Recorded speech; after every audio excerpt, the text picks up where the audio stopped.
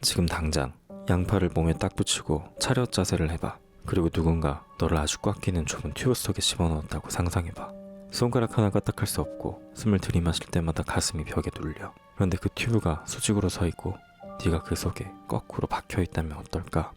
피가 머리로 쏠리고 점점 의식이 흐려지는데 아무리 발버둥 쳐도 빠져나갈 수 없다면. 이건 영화가 아니야. 2009년 미국 유타주 너티퍼티 동굴에서 벌어진 끔찍한 실화지. 한 남자가 가족과 함께 즐거운 탐험을 떠났다가 지하 깊은 곳 좁은 바위 틈에 거꾸로 끼어버린 사건. 137명의 구조대가 출동해 27시간 동안 사투를 벌였지만 결국 시신조차 꺼내지 못하고 영원히 그곳에 묻어야만 했던 세상에서 가장 답답하고 슬픈 죽음, 존 존스의 이야기를 시작할게.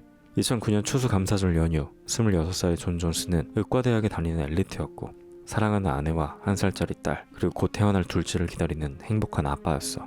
그는 오랜만에 고향에 내려와 동생 조쉬 그리고 친구들과 함께 추억의 장소인 너티퍼티 동굴을 찾았어. 이곳은 좁고 구불구불한 통로로 유명해서 모험을 즐기는 사람들에게는 인기였어. 존의 목표는 버스 캐널이라 불리는 코스였어. 이름처럼 아주 좁지만 요령만 있으면 통과할 수 있는 난이도였거든. 그는 좁은 구멍을 발견하고 머리부터 밀어 넣었어. 여기가 거기겠지? 라고 생각하면서. 하지만 그게 비극의 시작이었어. 그가 들어간 곳은 버스 캐널이 아니라 지도에도 제대로 안 나와 있는 밥의 병목, 밥스푸시 근처에 이름 없는 좁은 틈새였거든. 존은 엎드린 자세로 기어갔어. 근데 갈수록 통로가 좁아지는 거야. 보통은 뒤로 물러나야 하는데 이 통로는 아래로 꺾여 있어서 뒤로 갈 수가 없었어. 그는 앞에 넓은 공간이 나오겠지 라고 믿으며 숨을 참고 배를 밀어 넣었어. 그 순간 중력이 그를 잡아당겼지. 쑥 하고 몸이 아래로 미끄러져 내려간 거야. 정신을 차려보니 최악의 상황이었어. 그가 낀 곳은 폭 45cm, 높이 25cm의 틈새. 농구공 하나가 겨우 들어갈 크기에 180이 넘는 건장한 성인 남자가 끼어버린 거야. 그것도 머리가 아래를 향한 거꾸로 된 자세로. 한 팔은 몸 아래에 깔렸고 다른 한 팔은 뒤로 꺾여버렸어. 마치 낚싯바늘처럼. 몸을 움직이려 하면 할수록 갈비뼈가 바위에 걸려 더 꽉 끼어버리는 구조였지. 동생 조슈가 다리를 잡아당겨봤지만 꿈쩍도 하지 않았어. 결국 동생은 밖으로 나가 구조 요청을 했고 존은 그 어둠 속에 홀로 남겨졌어. 구조 요청을 받고 도착한 건 137명의 구조대원이었어. 가장 먼저 도착한 구조대원 수지가 존에게 말을 꺼냈을 때 존은 거꾸로 매달린 채 이렇게 말했대. 와줘서 고마워요. 근데 저 진짜 죽을 것 같아요. 제발 꺼내주세요. 상황은 절망적이었어. 통로가 너무 좁아서 구조대원조차 진입하기 힘들었고 존의 몸이 너무 꽉 끼어 있어서 기계나 장비를 쓸 공간조차 없었거든. 시간은 계속 흘러 19시간이 지났어. 거꾸로 매달린 존의 심장은 점점 한계에 다다르고 있었지. 구조대는 마지막 방법으로 동물 천장에 앵커를 받고 도르래를 설치해서 그를 끌어올리기로 했어. 8명의 구조대원이 줄을 당기자 존의 몸이 조금씩, 아주 조금씩 위로 올라오기 시작했어.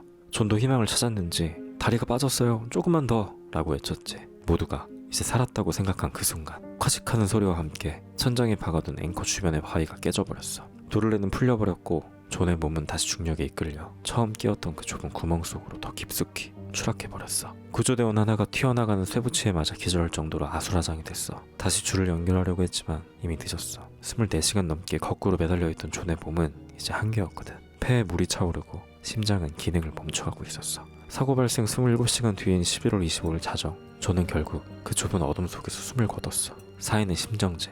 존이 죽은 뒤 구조대는 그의 시신을 꺼내려고 시도했지만 불가능했어. 너무 꽉 끼어 있어서 억지로 꺼내려면 시신을 훼손해야만 했거든. 결국 가족과 당국은 뼈아픈 결정을 내려 존을 그가 사랑했던 동굴에 그대로 잠들게 해주기로. 위험한 이 동굴에 다시는 아무도 들어가지 못하도록 동굴 입구를 콘크리트로 부어서 영원히 봉인해버렸어. 지금도 유타주에 가면 콘크리트로 막힌 너티퍼티 동굴 입구에 작은 비석이 하나 있어. 그 비석 아래 지하 30m 깊은 곳, 폭 45cm의 차가운 바위 틈새에는 여전히 존 존스가 거꾸로 누운 채 영원한 잠을 자고 있어. 자연 앞에서 인간은 얼마나 나약한 존재인지, 그리고 평범한 호기심이 얼마나 끔찍한 비극을 만들 수 있는지 보여준 사건. 오늘 심야 공중전화는 여기까지야. 다들 편안하고 넓은 곳에서 잠들기를. 스웨덴 스톡홀름 국립도서관. 일반인은 접근할 수 없는 지하 깊은 곳. 이곳에는 인류 역사상 가장 기이하고 불길한 물건 하나가 잠들어 있어. 가로 50cm, 세로 92cm, 두께는 22cm에 무게는 무려 75kg. 책 한 권을 옮기려면 성인 남자 2명이 달라붙어서 낑낑대야만 해. 이 책의 공식 명칭은 코덱스 기가스, 라틴어로 거대한 책이라는 뜻이야. 현존하는 중세 필사본 중 가장 거대한 크기를 자랑하지. 하지만 수백 년 동안 사람들은 이 책을 진짜 이름 대신 이렇게 불러왔어. 악마의 성경. 단순히 내용이 무섭거나 크기가 커서가 아니야. 이 책의 저자가 인간이 아니라는 전설 때문이지. 오늘은 800년 동안 과학과 전설 사이에서 풀리지 않는 미스터리, 악마가 지필했다는 이 성경의 비밀을 낱낱이 파헤쳐 줄게. 이야기는 13세기 초 현재 체코 보헤미아 지역으로 거슬러 올라가.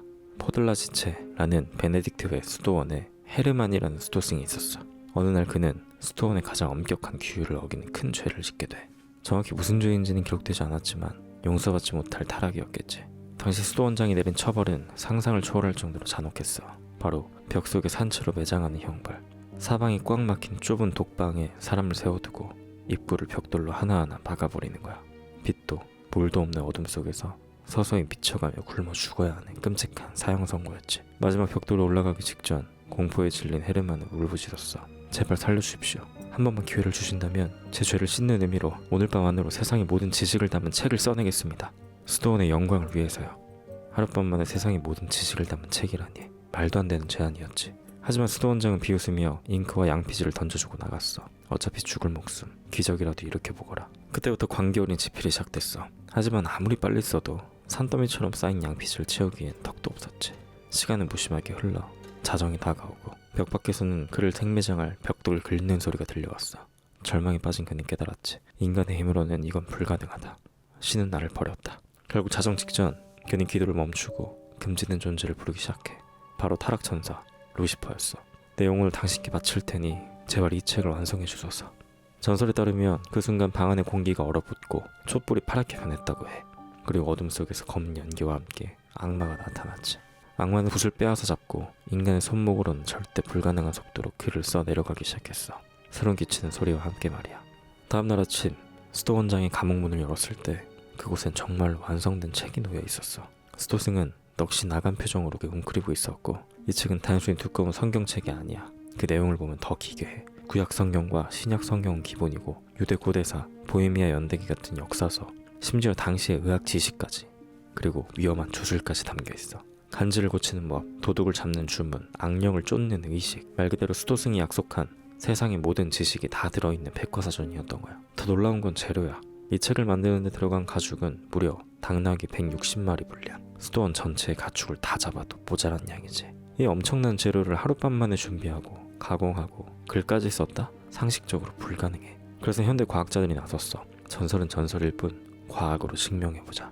현대 고문서학자들과 과학자들이 이 책을 정밀 분석했어. 결과는 충격 그 자체였지. 먼저 이 방대한 텍스트를 사람이 쓴다면 얼마나 걸릴까? 잠도 안 자고 밥도 안 먹고 1초도 쉬지 않고 쓴다고 가정했을 때 꼬박 20년에서 30년이 걸린다는 결과가 나왔어. 하지만 진짜 미스터리는 필체야. 사람이 30년 동안 글을 쓴다면 어떻게 될까?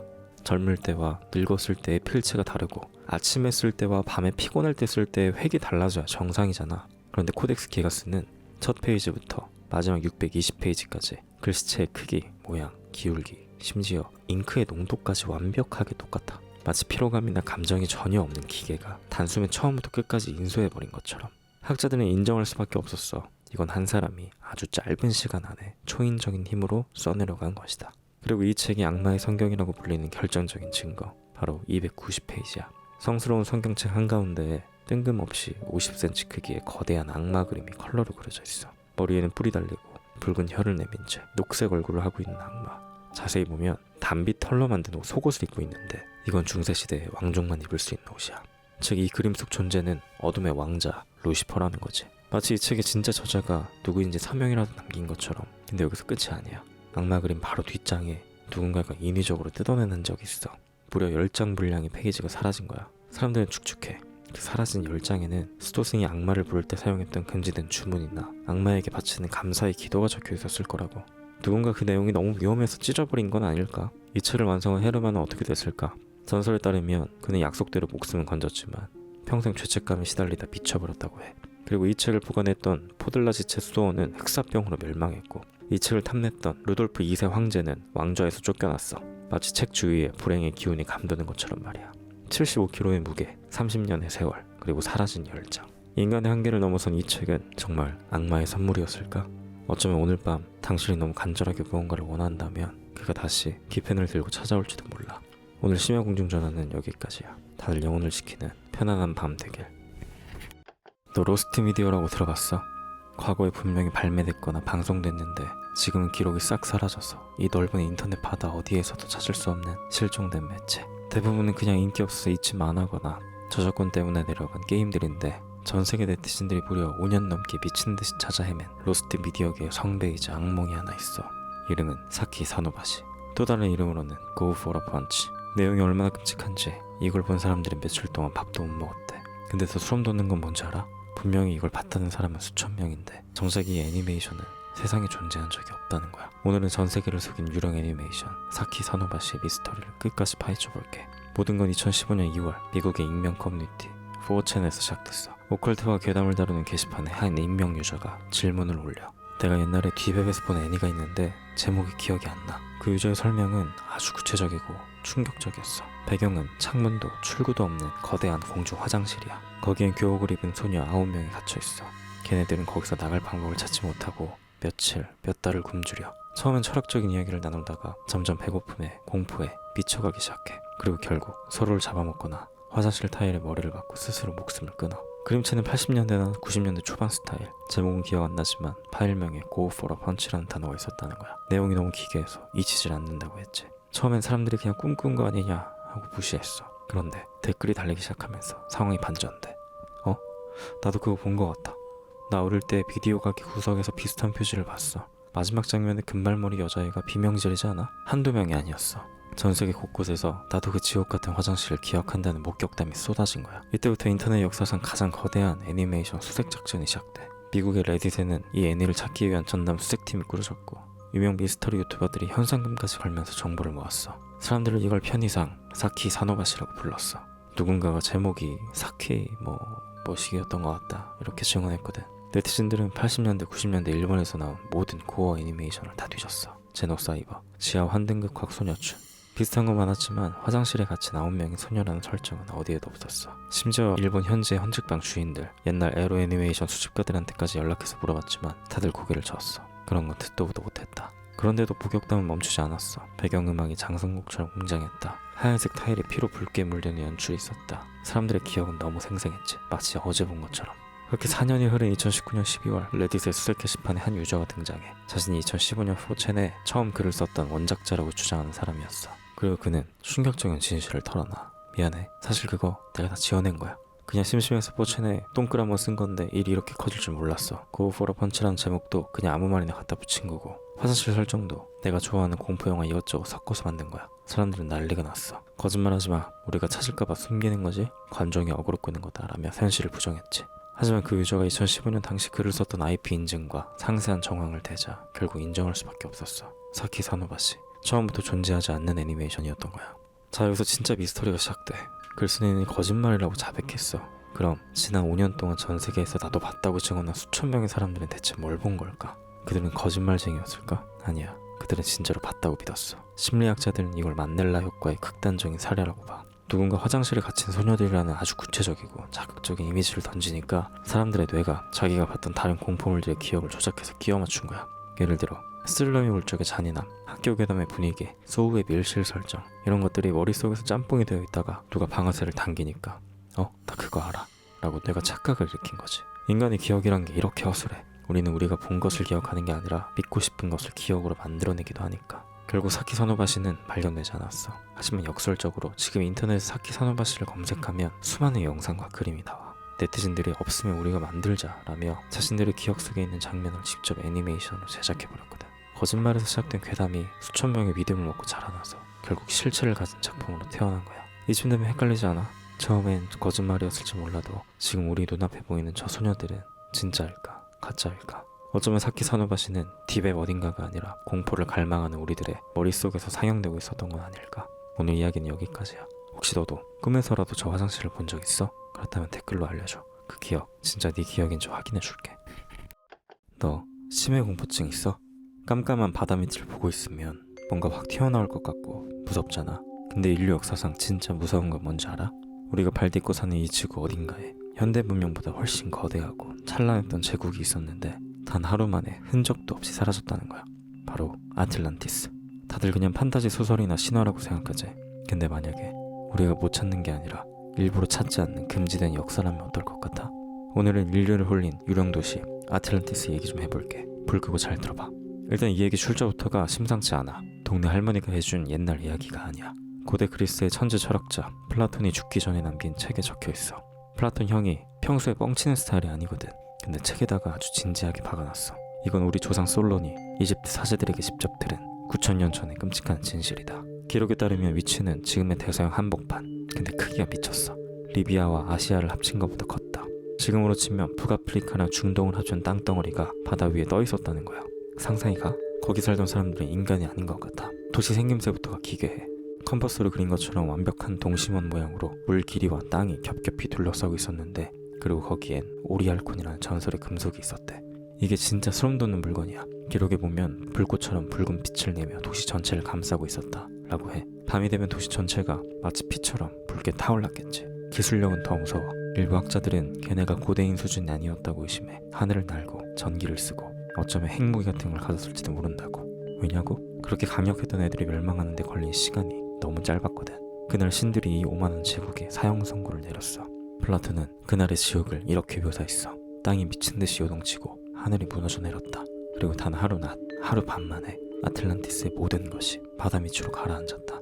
딱 24시간, 수천 년을 이어온 문명이 징발하는 데 걸린 시간이야. 화산 폭발? 소행성 충돌? 아님 자기들이 만든 무기가 터진 걸까? 뭐가 됐든 그날 이후 대서양은 거대한 무덤이 되어버렸어. 그 뒤로 수많은 사람들이 저 바다로 나갔지. 타이타닉 호도 찾아내는 최첨단 장비로 바닥을 다 훑었어. 근데 없어. 그 거대한 땅덩어리가 머리카락 한 올도 안 남기고 사라진 거야. 그래서 사람들이 슬슬 소름 돋기 시작한 거지. 플라톤이 거짓말을 한 걸까? 아니면 우리가 번지수를 완전히 잘못 찾은 걸까?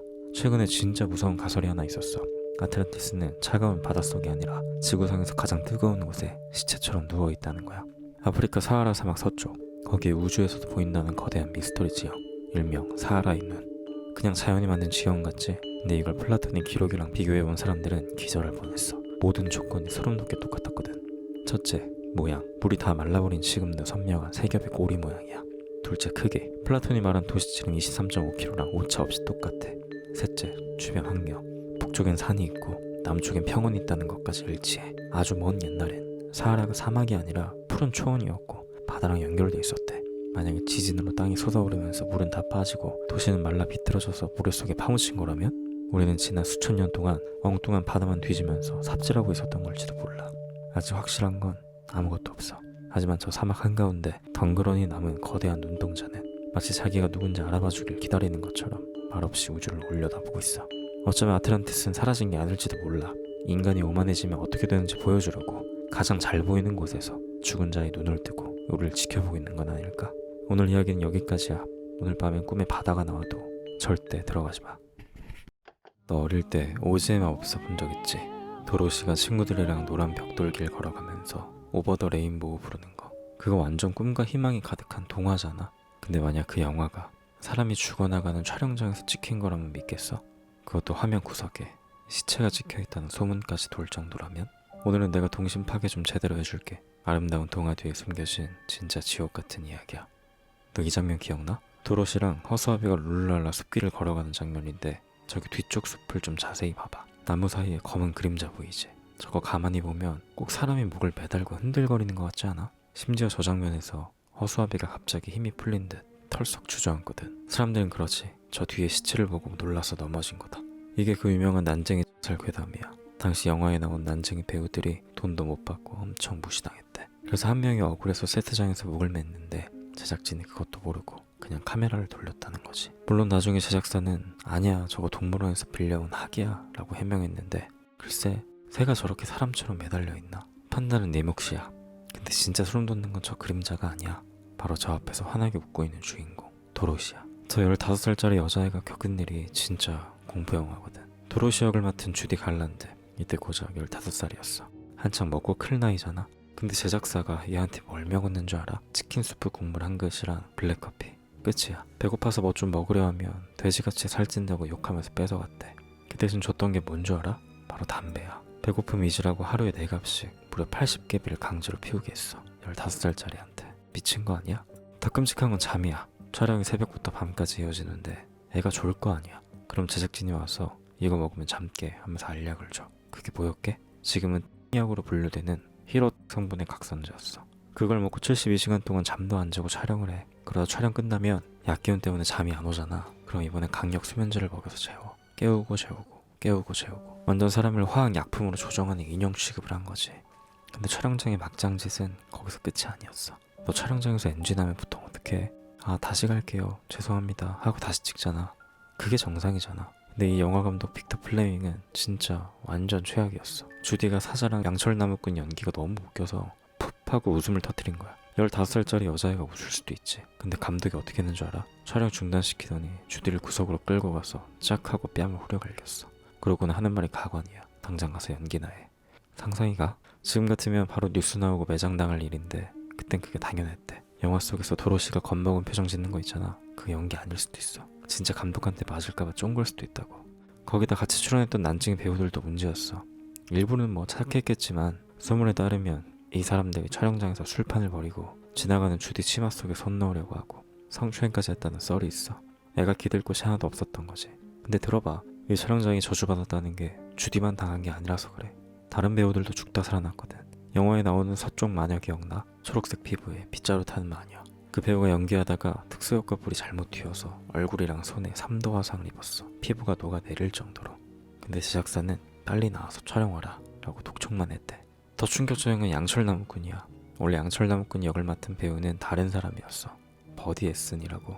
근데 그 은색 분장이 문제였어. 순수한 알루미늄 가루를 얼굴에 떡칠했는데 그 미세한 가루가 숨 쉴 때마다 폐로 다 들어간 거야. 결국 촬영 9일 만에 온몸이 파랗게 질려서 응급실에 실려갔어. 폐가 다 망가져서 죽을 뻔했지. 그래서 배우가 급하게 교체된 거야. 우리가 아는 그 양철나무꾼으로. 제작사는 배우가 아파서 못하겠대 하고 언론에 대충 둘러대고 끝. 사람 목숨을 아주 파리 목숨으로 한 거지. 결국 이 영화는 대박이 났고 주디는 세계적인 스타가 됐어.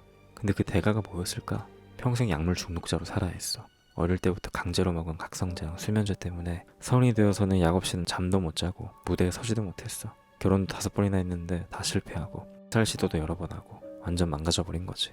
그리고 1969년 주디는 런던의 한 화장실에서 싸늘한 시체로 발견돼. 쌓이는 약물 과다 복용. 나이가 몇이었는 줄 알아? 겨우 47살이었어. 영화 마지막에 도로시가 그러잖아. 집만한 곳은 없어. 근데 현실의 주디한테는 마음 편히 쉴 집 같은 건 평생 없었던 거야. 이제 다시 저 영화를 봐봐. 저 화려한 노란 벽돌길을 걷는 도로시의 미소가 이제는 마냥 예쁘게만 보이진 않지. 오버 더 레인보우. 주디가 그토록 찾던 꿈의 세상은 어쩌면 죽어서야 갈 수 있었던 건 아닐까? 대한민국 사람이라면 을지문덕 모르는 사람 없지. 살수대첩. 수나라 113만 대군. 그중 별동대 30만 명을 강물로 수장시켜서 단 2,700명만 살려보낸 역사상 최고의 승리. 이순신 장군님과 어깨를 나란히 하는 구국의 영웅이잖아. 근데 너 그거 알아? 우리가 아는 을지문덕 장군에 대한 기록이 역사책에서 딱 한 페이지밖에 안 된다는 거. 이순신 장군? 난중일기부터 시작해서 뭘 먹었고 언제 아팠는지 다 나와. 강감찬 장군? 탄생 설화부터 가계도까지 빵빵해. 근데 을지문덕은 언제 태어났는지, 부모가 누구인지, 자식이 있는지, 심지어 언제 죽었는지 기록이 아예 없어. 그냥 612년 전쟁 터졌을 때 짠 하고 나타나서 다 쓸어버리고 전쟁 끝나자마자 마법처럼 증발해버렸어. 무덤조차 발견되지 않았지. 그래서 학계 일각에서는 아주 소름돋는 가설을 제기해. 혹시 을지문덕은 실존 인물이 아니었던 거 아닐까? 오늘 그 미스터리를 한번 파헤쳐보자. 삼국사기를 쓴 김부식 알지? 이 양반이 팩트체크에 목숨 거는 사학자야. 보통 위인전을 쓸 때 제일 먼저 쓰는 게 뭐냐면 가계도야. 누구는 어디 출신이고 조상은 누구다 뭐 이런 거. 근데 김부식조차 을지문덕 편에서는 이렇게 적어놨어. 그의 세계가 어떤지 알 수 없다. 이게 말이 되냐? 고구려는 철저한 신분제 사회야. 귀족 아니면 장군 못해. 근데 나라의 총사령관을 맡은 사람의 집안 기록이 하나도 없다? 김부식이 기록을 못 찾아서 한탄할 정도였어. 여기서 첫 번째 의혹이 생겨. 그는 고구려의 주류 귀족, 고씨나 해씨 등이 아닌 어디선가 갑자기 튀어나온 아웃사이더였다는 것이. 그럼 이름부터 보자. 을지. 우리나라 성씨 중에 을지씨 본 적 있어? 없지. 이건 중국 성씨도 아니고 한국 고유 성씨에게도 찾기 힘들어. 그래서 학자들은 충격적인 주장을 해. 을지는 성이 아니라 고구려의 관직 이름이다. 고구려 말이나 몽고로 개통해서 울치 혹은 오르치라는 말이 있어. 이게 무슨 뜻이냐면 가장 높은 사람, 존경받는 어르신 또는 재상을 뜻해. 마치 우리가 김 대통령, 김 장군 하듯이 을지 플러스 문덕일 수도 있다는 거야. 또 다른 설도 있어. 선비족 계열 성씨 중에 울지라는 성이 있거든. 이걸 고구려식으로 읽으면 을지랑 비슷해. 즉 온달 장군처럼 을지문덕도 고구려 토박이가 아니라 귀화한 외국인 용병 대장이나 소수민족 출신일 수도 있다는 거지. 그러니까 족보가 없는 게 말이 되는 거야. 자, 전쟁 이야기로 넘어가 보자. 우리가 어릴 때 동화책에서 본 살수대첩은 이거잖아. 강상류에 둑을 막아놨다가 수나라 군대가 건널 때 둑을 터트려서 수장시켰다. 근데 이거 역사 왜곡일 가능성이 99%야. 삼국사기나 중국 역사책, 수서 어디를 봐도 둑을 막았다가 터뜨렸다는 기록은 단 한 줄도 없어. 이건 나중에 조선시대 사람들이 이야기를 더 극적으로 만들려고 붙인 야사야. 실제 팩트는 더 무서워. 을지문덕은 둑 같은 꼼수를 쓴 게 아니라 완벽한 심리전과 청야전술, 들판을 비우는 작전으로 30만 대군을 말려 죽였어. 하루에 7번 싸워서 7번 일부러 져줘. 적들을 깊숙이 유인해서 밥도 못 먹고 지치게 만든 다음 유명한 시 여수장우 중문시를 딱 보내서 조롱해. 야, 너네 그만하면 만족하고 집에 가지? 적장 우중문이 아차 속았다 하고 뒤돌아 도망칠 때 그제야 살수에서 강을 건너느라 허우적대는 적들을 뒤통수를 친 거야. 이건 댐 폭파보다 훨씬 더 고차원적인 천재적인 지략가의 모습이지. 가장 큰 미스터리는 전쟁 직후야. 30만 대군을 막아낸 구국의 영웅이잖아. 그럼 대대로상을 하거나 왕이 표창을 줬다는 기록이 있어야지. 근데 612년 살수대첩 이후 을지문덕이라는 이름은 역사에서 완전히 사라져. 죽었다는 기록도 은퇴했다는 기록도 없어. 그냥 삭제됐어. 여기서 무서운 상상이 가능해. 1번 숙청설. 영웅의 인기가 너무 높아지니까 왕이 왕권을 위협받을까봐 비밀리에 암살했거나 제거했다. 도인설. 조선 상고사를 쓴 신채호 선생님은 을지문덕은 산속에서 돌을 닦던 도인 집안의 우두머리였을 것이다 라고 추측해. 나라가 위기에 처하니까 잠깐 내려와서 구해놓고 할 일 다 했다며 미련 없이 다시 산으로 돌아갔다는 거지. 마치 어벤져스처럼. 마지막으로 가장 충격적인 가설. 을지문덕은 한 사람이 아니라 고구려 지휘부 전체를 상징하는 가상의 이름이 아니었을까? 당시 고구려는 국가의 운명을 걸고 싸웠어. 수나라 입장에서 보자. 113만 대군을 보냈는데 졌어. 쪽팔리잖아. 우리가 고구려 전체한테 진 게 아니라 을지문덕이라는 말도 안 되는 괴물천재 한 명한테 당한 거다 라고 핑계를 대기 위해, 혹은 고구려가 적을 공포에 떨게 하기 위해 만들어낸 프로파간다, 선전용 캐릭터일 수도 있다는 거야. 물론 이건 가설일 뿐이지만 그 출신도 최후도 없다는 점이 이런 의심을 불체질하고 있지. 을지문덕, 그가 실존 인물이었든 관직 이름이었든 아니면 만들어진 영웅이었든 확실한 건 딱 하나야. 그 시대에 누군가는 목숨을 걸고 세계 최강 대국이었던 수나라에 맞서 이 땅을 지켜냈다는 거지. 어쩌면 을지문덕은 이름 없이 죽어간 수많은 고구려 전사들의 영혼을 합쳐서 부른 이름이 아닐까? 기록이 없어서 더 신비로운 남자 을지문덕. 너는 그가 어디로 사라졌다고 생각해? 너 세상에서 가장 위험한 방이 어딘 줄 알아? 그 방에는 귀신도 살인마도 없어. 그저 구석에 쭈글쭈글하고 시커먼 덩어리 하나가 놓여있을 뿐이야. 하지만 만약 네가 그 방에 들어가서 그 덩어리 옆에 서 있는다면 단 300초, 딱 5분이면 충분해. 너의 몸속 세포들은 모조리 파괴될 거고 넌 며칠 안에 끔찍한 고통 속에서 피를 토하며 죽게 될 거야. 오늘 심야공중 전화에서는 인류가 만들어낸 가장 끔찍한 괴물 체르노빌 원전 지하 깊은 곳에서 여전히 숨쉬고 있는 코끼리의 발에 대해 이야기해줄게. 이야기는 1986년 4월 26일 새벽으로 거슬러 올라가. 인류 역사상 최악의 재앙 체르노빌 원전 4호기가 폭발했지. 우리는 보통 하늘로 치솟은 방사능 먼지만 생각하잖아. 하지만 진짜 시혹은 땅 위가 아니라 땅 밑에서 만들어지고 있었어. 폭발 당시 원자로의 온도는 무려 3000도를 넘었어. 그 열기 때문에 해결료인 우라늄은 물론이고 원자로를 감싸고 있던 강철, 콘크리트, 그리고 쏟아부은 모래까지 모든 게 한데 섞여서 녹아버린 거야. 마치 화산의 용암처럼 걸쭉하게 변한 이 방사능 덩어리는 중력을 따라 아래로, 더 아래로 흘러내렸어. 바닥을 뚫고 파이프를 녹이고 지하 층계를 타고 내려가 원전 가장 깊숙한 지하 통로 구석에 떠리를 틀고 굳어버렸지. 그게 바로 이 괴물의 정체야. 전문 용어로는 코리움이라고 불러. 폭발로부터 8개월 뒤인 12월, 목숨을 걸고 내별로 수습하던 조사원들이 지하 통로에서 이 덩어리를 처음 발견했어. 전등을 비춰보니 시커멓고 주름진 거대한 덩어리가 구석에 흉측하게 뭉쳐 있었지. 그 모양이 마치 거대한 코끼리의 발을 닮았다고 해서 그때부터 이 이름이 붙여진 거야. 근데 조사원들이 가이거 개수기를 들이대자마자 기계가 미친듯이 비명을 질렀어. 수치가 측정이 안 될 정도로 높았던 거야. 당시 이 덩어리가 뿜어내던 방사선량은 시간당 10,000 렌트겐. 감이 잘 안 오지? 일반적인 치사량이 500 렌트겐 정도니까 그 20배가 넘는 수치야. 이 옆에 섰을 때 너에게 일어날 일을 시간별로 알려줄게. 30초, 현기증과 피로감을 느껴. 2분, 세포 출혈이 시작되고 몸살 같은 고열이 나기 시작해. 4분, 구토와 설사. 그리고 심각한 화상을 입게 돼. 그리고 300초, 딱 5분, 너의 수명은 거기서 끝이야. DNA가 산산조각 나서 현대의학으로는 절대 살릴 수 없는 시한부 인생이 되는 거지. 과학자들은 이 미지의 덩어리를 연구해야 했어. 하지만 사람이 다가갈 수가 없으니까 원격 조종 로봇과 카메라를 먼저 보냈지. 결과가 어땠을까? 방사능이 너무 강력해서 기계조차 죽어버렸어. 전자회로가 다 타버려서 로봇이 그 자리에서 멈춰버린 거야. 결국 또다시 인간이 나서야 했어. 우리가 지금 보고 있는 이 코끼리의 발 사진들, 그거 다 누군가가 목숨을 담보로 찍어온 거야. 코너 뒤에 숨어서 거울을 이용해 직간접적으로 찍거나 카메라를 설치하고 미친듯이 뛰어나와야 했지. 심지어 이 덩어리의 샘플을 채취하려고 했는데 드릴조차 들어가지 않을 만큼 단단해서 결국 AK-47 소총을 가져와서 총을 쏴서 조각을 떼어냈다고 해. 그로부터 40년 가까이 지난 지금 코끼리의 발은 이제 안전할까? 다행히 시간이 지나면서 방사선 수치는 조금 줄어들었어. 예전처럼 5분 만에 식사하진 않고 이제는 1시간 정도 버틸 수 있다고 해. 하지만 진짜 공포는 따로 있어. 이 덩어리는 아직도 뜨거워. 스스로 열을 내뿜으면서 아주 천천히 완전 바닥에 콘크리트를 녹이며 밑으로 뚫고 내려가고 있어. 과학자들이 가장 두려워하는 시나리오는 이거야. 이 덩어리가 지하 깊은 곳에 지하수와 만나는 것. 그렇게 되면 체르노빌 주변의 식수원은 물론이고 강을 타고 흘러가 끔찍한 환경재앙이 또다시 터질 수도 있다는 거지. 인류는 판도라의 상자를 열었고 그 상자 안에는 20억 년은 지나야 사라진다는 악마가 들어있었어.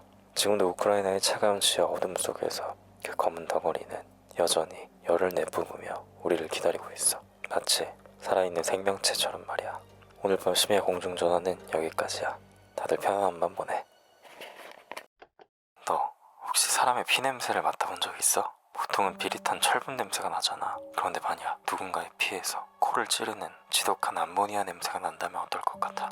그리고 그 냄새를 맡는 순간 네 폐가 마비되고 의식을 잃게 된다면?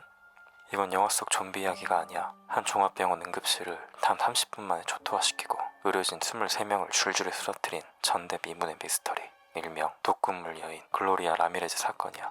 오늘 심야공중전화에서는 그 인간의 몸이 어떻게 스스로 생화학 무기가 될 수 있었는지 그 끔찍했던 밤으로 돌아가 볼게. 1994년 2월 19일 밤 8시 15분 캘리포니아 리버사이드 종합병원에 다급한 무전이 울려 31살의 여성 글로리아 라미레즈가 심장 마비 상태로 이송된다는 내용이었지. 그녀는 말기 작은 경부암 환자였어.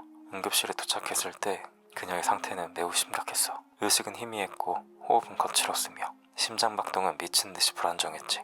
의료진은 매뉴얼대로 움직였어. 진정제를 투여하고 산소 마스크를 씌우고 제세동기 충격을 가하며 그녀를 살리기 위해 필사적이었지. 여기까지는 아주 평범하고 긴박한 응급실의 풍경이었어. 하지만 의료진들이 그녀의 몸에 손을 대기 시작하면서 무언가 잘못됐다는 걸 느끼기 시작해. 첫 번째 이상한 점은 그녀의 피부였어. 옷을 벗기자 그녀의 온몸이 마치 기름을 바른 것처럼 번들거리는 광택으로 덮여 있었거든. 그리고 입에서는 썩은 과일향? 아니 지독한 마늘 냄새 같은 게 풍겨나왔어.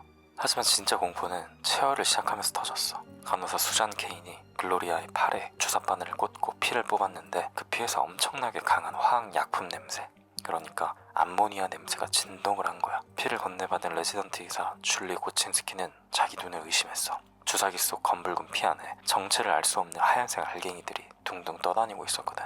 마치 얼음 조각처럼 말이야. 이게 대체 뭐지? 의사가 고개를 숙여 그 피냄새를 더 자세히 맡으려는 순간 지옥문이 열렸어. 가장 먼저 피를 뽑았던 간호사 수잔이 비틀거렸고 그녀는 비명을 지르며 바닥으로 쓰러져 기절했어.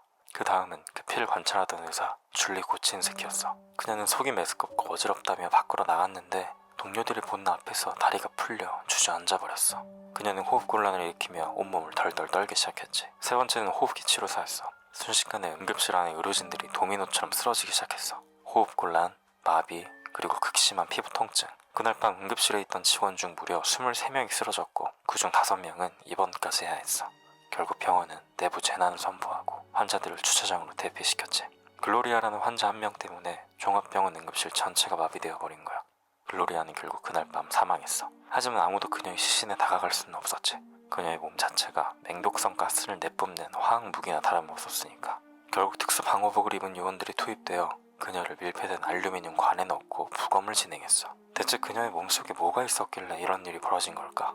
처음에 병원 측이 의료진들이 집단 히스테리를 일으킨 거다 라고 주장했어. 하지만 그건 말이 안 됐어. 쓰러졌던 의사 줄리 고친스키는 중환자실에서 2주를 보냈고 독성 때문에 무릎뼈가 썩어 들어가서 평생 목발을 짚어야 했거든. 상상만으로 뼈가 썩을 수는 없잖아. 가장 유력한 가설은 바로 DMSO, 디메틸 설폭사이드라는 물질이야. 글로리아는 암 통증을 줄이기 위해 이 민간요법 크림을 온몸에 발랐을 것으로 추정돼. 피부의 번들거림과 마늘 냄새가 바로 이 성분 특징이야. 문제는 병원에서 처치한 산소와 전기 충격이었어. 체내에 쌓인 DMSO가 고농도 산소를 만나 DMSO2, 설폰으로 변했고 거기에 제세동기의 전기 충격이 가해지면서 이게 황산 디메틸이라는 강력한 독가스로 변해버렸다는 거야. 즉 살리려고 했던 치료 행위가 그녀의 몸을 걸어다니는 생화학 폭탄으로 개조시켜버린 거지. 이 사건은 여전히 100% 명확하게 밝혀지지는 않았어. 하지만 한 가지 확실한 건 인간의 몸이 특정한 조건에서 얼마나 치명적인 무기가 될 수 있는지 보여준 가장 끔찍한 사례라는 거지. 그녀는 죽어서도 가족품으로 돌아가지 못했어. 2달 넘게 격리되어 있다가 나무로 밀봉된 관에 담겨서야 겨우 장례를 치를 수 있었지. 환자를 살리려던 의사들이 쓰러지고 피 한 방울로 응급실을 폐쇄시킨 여자. 그녀는 역사상 가장 슬프고 위험한 이름 독극물 여인으로 영원히 남게 되었어. 오늘 심야 공중전화는 여기까지야. 혹시 어디선가 낯선 마늘 냄새가 난다면 숨을 참는 게 좋을지도 몰라.